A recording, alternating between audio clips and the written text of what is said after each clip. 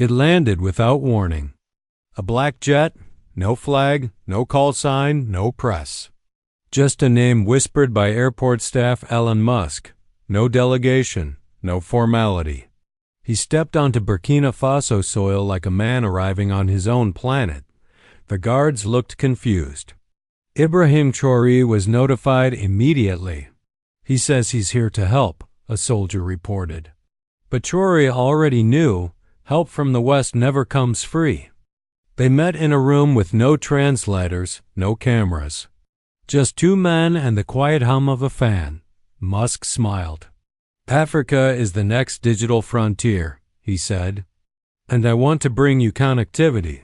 Starlink everywhere, schools, villages, farms. Ibrahim nodded. And in return? Musk's grin widened. Access. Just a little integration between your gold-backed currency and my technology. Traoré's eyes narrowed. Integration always means control. Musk was handed a coin, the Burkina gold. 100% local gold. Unhackable. Untouchable, Traoré said. Elon turned it in his fingers. Impressive, he admitted. But physical gold is ... heavy.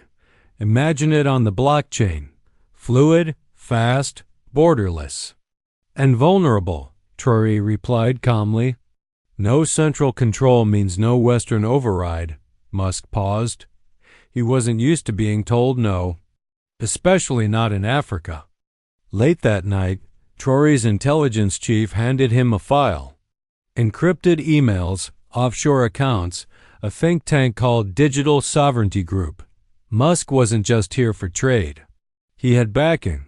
Political, financial, strategic. It's a play for influence, the chief said, wrapped in satellites and software. Traoré stood silently at the window. He wants Africa's sky, but he's aiming for its soul. At 3 a.m., Traoré sat alone, rewatching a speech by Thomas Sankara. He warned us, he thought. Freedom without control over our systems is an illusion. And if you, the listener, believe in the stories of resistance, power, and dignity, your voice matters. Support this project. Like, share, and subscribe so these stories travel further than the chains ever did. Musk's team moved quickly. A satellite office opened in Ghana. Hackers hired. Media outlets pushed headlines. Burkina Faso system unstable. IMF sources predicted collapse. It was digital pressure modern colonization. Traoré responded by meeting underground developers. Can we decentralize further? He asked. No kill switch, no backdoor. They nodded. The real battle wouldn't be fought with guns. A journalist in Nairobi received an anonymous message. They're trying to Trojan horse Burkina Faso's economy. Attached was a voice memo. Musk's voice. Once we link their wallet to our cloud, the rest will follow. The story exploded on African Twitter. Hashtags trended. Hashtag digital resistance. Hashtag Africa is not for sale. Traoré didn't deny it. He simply said, let them keep talking. We'll keep building. Musk made one last move. A private dinner. No press, just wine and words. You could be the next global figure, Ibrahim, he said. Lead the change with us. But Traoré leaned forward. The last time we let someone else lead our change, we got 60 years of dependency. He pushed the wine aside. Africa will rise, but on its own feet. Musk's smile faded. Then we're on different paths. We always were, Traoré answered. Next day, Burkina Faso's servers were hit. Coordinated cyber attacks, banking delays, energy grid glitches, panic in the capital. But Traoré had prepared. Firewalls held. Backup systems kicked in. And through the chaos, the people saw something. They weren't helpless. They had their own tech built by their own hands. And for the first time, Africa didn't blink. In California, a leaked email showed frustration. Musk wrote, he's not bending, not even a little. Time to escalate. Meanwhile, in Ouagadougou, Traoré summoned an old friend. A retired tech general named Naila, once pushed out by foreign consultants. "I need your mind," he said. "They're not coming with armies. They're coming with code." The war had entered phase 2. General Ndala examined the attack code. "This isn't amateur work. This is state level." He looked up. "You're not just fighting Musk. You're fighting everything behind him." Traoré nodded. "I know. Then you'll need ghosts," Nala said. "I have 5 men. Disappeared after the last coup. They're watching from the dark." Ibrahim smiled for the first time. "Then it's time to bring them back into the light." Satellite towers flickered. Signals jammed. Starlink units were found installed secretly in rural schools, beaming encrypted data back west. "Uninstall them all," Traoré ordered. No exceptions, but there was resistance. Some villages liked the speed, the internet, the power. "You're cutting us off." One elder shouted. Ibrahim paused. "No," he said. "I'm reconnecting you to yourselves." One of Ndala's men cracked a code. A data stream from Ghana revealed something chilling, a list. 24 names, judges, bankers, generals. Burkinab elite on foreign payroll. Traoré scanned the file. One name froze him. His own security chief. He didn't speak, just turned to Ndala. "Pull him now," quietly. This wasn't just about money anymore. It was about loyalty. Meanwhile, Musk's private foundation launched a new initiative, Free Internet for Africa. Behind the PR, a data mining contract. Every user, every transaction, every connection logged. Traoré made a national address. "They're offering the internet, yes, but they're taking your fingerprints." A digital war was being fought in the palm of your hand. The enemy had many names. One was convenience. That night, Ibrahim opened a letter from a 16-year-old coder in Bobo Dioulasso. "Sir, I'm building a secure app for farmers. Not for profit, for pride." He smiled. "If these stories matter to you too, if you believe Africa has the right to write its own code, its own future, support this movement. Like, share, subscribe. That's how we keep our signal alive." The ghost deployed. A digital sweep began. Over 40% of national data servers were running code from unknown foreign sources. Banking apps, voting systems, school portals. "We've been running on foreign code for years," Ndala said. "Then we rewrite it," Traoré answered. From that day, a new department was born. Ministry of Digital Independence, not flashy. Just necessary. A voice message leaked. Musk's advisor speaking in French. "The goal isn't profit, it's protocol dominance." It trended globally. #protocol colonialism. A French anchor asked Ibrahim on Lev TV, "Why fight Silicon Valley?" He replied, "Because if we lose this war, we won't need borders. Our minds will be colonized." The studio fell silent. Disinformation campaigns began. Traoré is anti-progress. Burkina Faso is isolating itself. One video showed a fake protest, digitally altered faces, dubbed chants. But the people weren't fooled. In market streets, youth painted murals of satellites crashing into golden coins. A message spread, "We'd rather be offline than owned." 3 ministries were hit simultaneously. Emails wiped. Bank ledgers scrambled. Someone inside had triggered a 0-day exploit. Ndala's team responded with a full lockout. But Traoré saw the bigger issue. They're not trying to break our system. They're trying to prove we can't run one without them. Now he wasn't just defending code. He was defending confidence. Traoré received a direct message, anonymous, but the signature was clear. M. Just 5 words. "The future is better bought." A threat? A warning? A final offer? That night, the presidential palace lights dimmed. Outside, Drones hovered in silence. Inside, Traoré wrote one line in his notebook.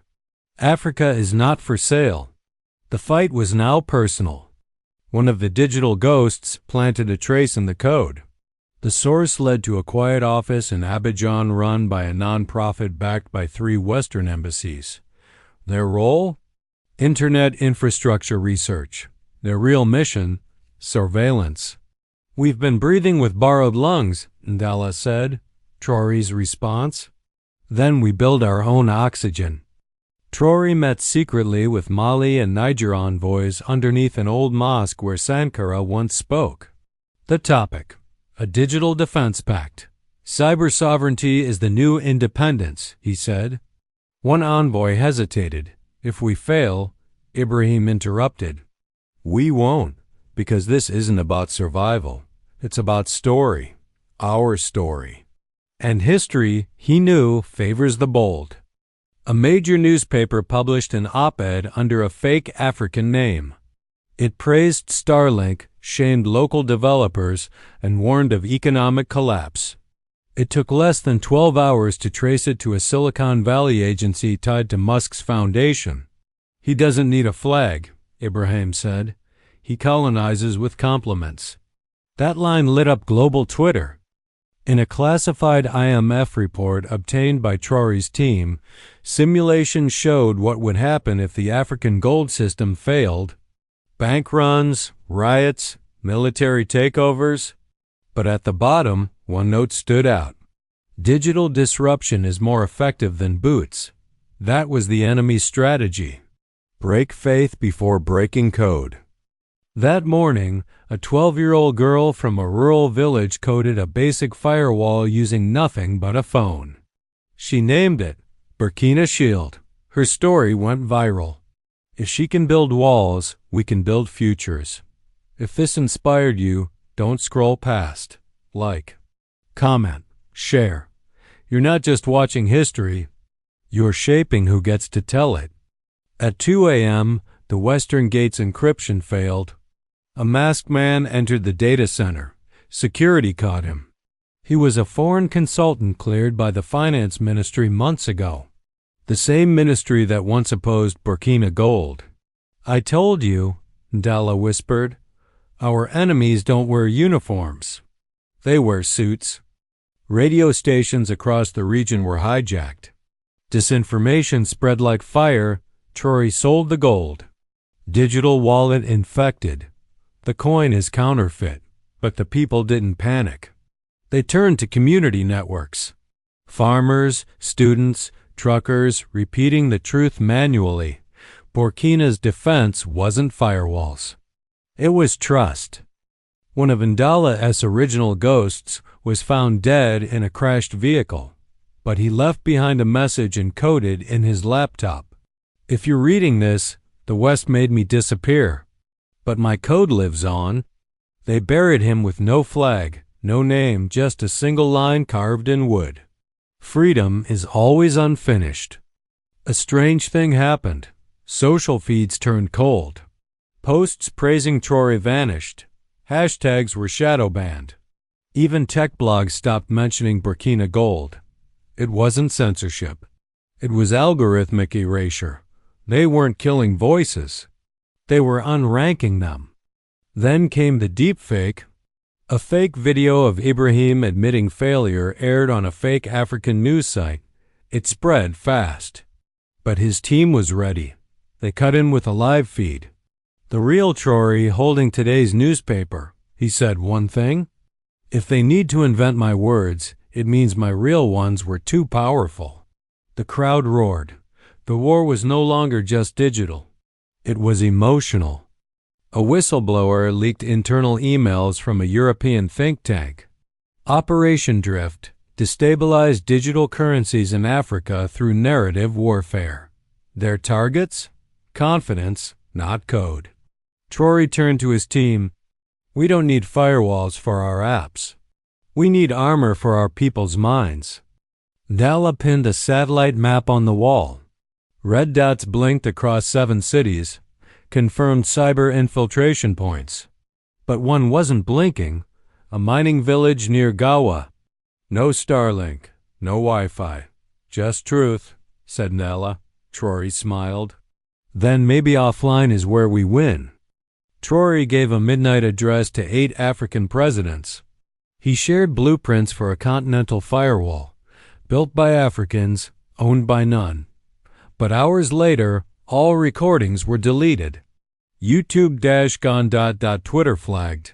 Even backups corrupted. Only one version survived. A farmer live streaming with his phone. They deleted history, he said. But I archived it in my heart. Hundreds of orphaned accounts appeared online bots built to mimic Burkina youth. They posted doubt. They mocked the coin. They claimed Traoré betrayed us. But people noticed something strange. They didn't speak local dialects. They don't sound like us, someone tweeted. Because they aren't us. In Kaya, an old man stood in front of a mural of Traoré. He gave us money with memory, and they want to erase it. Then he turned to the camera. If you still believe in digital freedom, in truth written in your own language, drop a like. Write a comment. Let them know we're not bots. We're people, with voices. This is resistance by presence. At exactly 3:33 a.m., the Capitol went dark, grid attack. No power, no internet. A blackout meant panic, but not this time. In candlelight, communities gathered. Students taught elders how to use digital wallets offline. Hackers distributed solar chargers. They tried to unplug us, Traoré said. But our light doesn't need sockets. An anonymous envelope arrived at the palace. Inside, a confidential French government memo.